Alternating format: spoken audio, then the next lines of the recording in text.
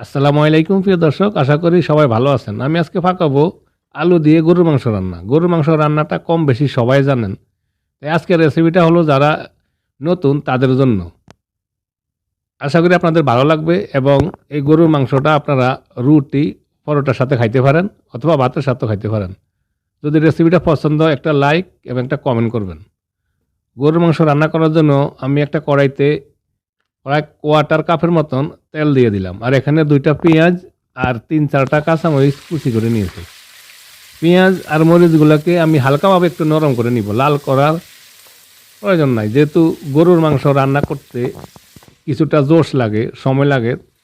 তাই গরুর মাংস রান্না করতে পেঁয়াজগুলো এমনিতেই গলে যাবে।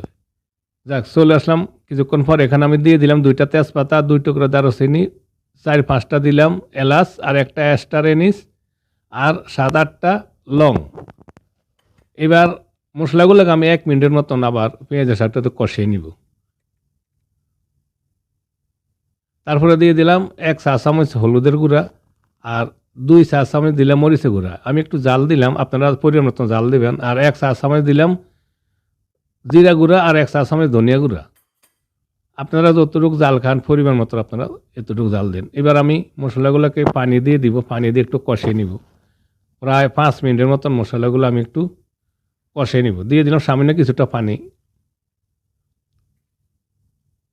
প্রিয় দর্শক, সরি, আমি আদা রসুন দিতে ভুলে গেছি। এবার আমি দিয়ে দিলাম 1 টেবিল চামচ আদা আর 1 টেবিল চামচ রসুন। আদা রসুনটা আগে মশলার আগে দিলে ভালো হতো, যাই হোক আমি একটু ভুলে গেছি, এখন দিয়ে দিলাম, সরি তার জন্য। এবার আমি 5 মিনিটের জন্য মশলাগুলোকে কষে নিব।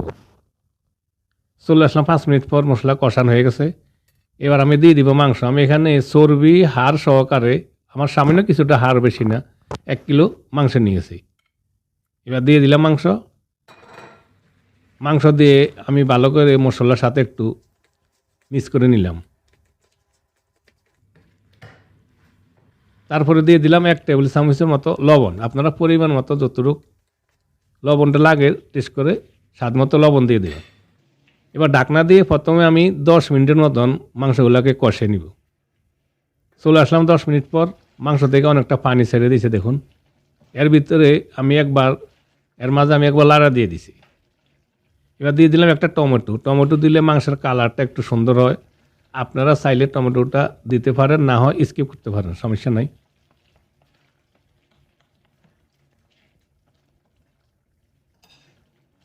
এবার আমি ঢাকনা দিয়ে 15 মিনিট মাংসগুলোকে ভালো করে কষে নিব। চলে আসলাম 15 মিনিট পর।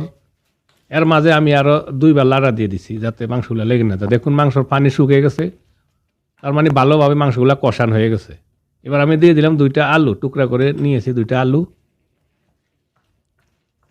তারপরে একটু লাড়া দিয়ে দিব, আর আমি একটু গরম পানি দিয়ে দিলাম।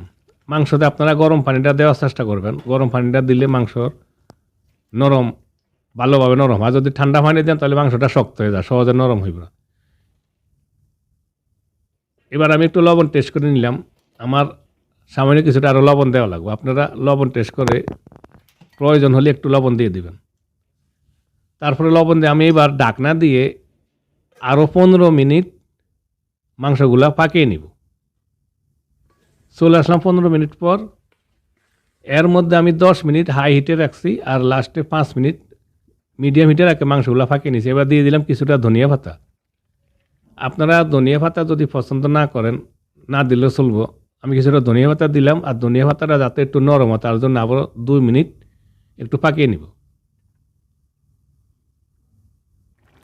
চলে আসলাম 2 মিনিট পর, হয়ে গেছে আমার আলু দিয়ে মাংস রান্না রেডি। প্রিয় দর্শক, আশা করি আজকের এই ছোটো রেসিপিটা আপনাদের পছন্দ হবে। যদি পছন্দ হয় প্লিজ আমার চ্যানেলটা সাবস্ক্রাইব করে আমাকে সাপোর্ট করুন, আমার সাথে থাকুন। ধন্যবাদ সবাই, ভালো থাকুন, আল্লাহ হাফেজ।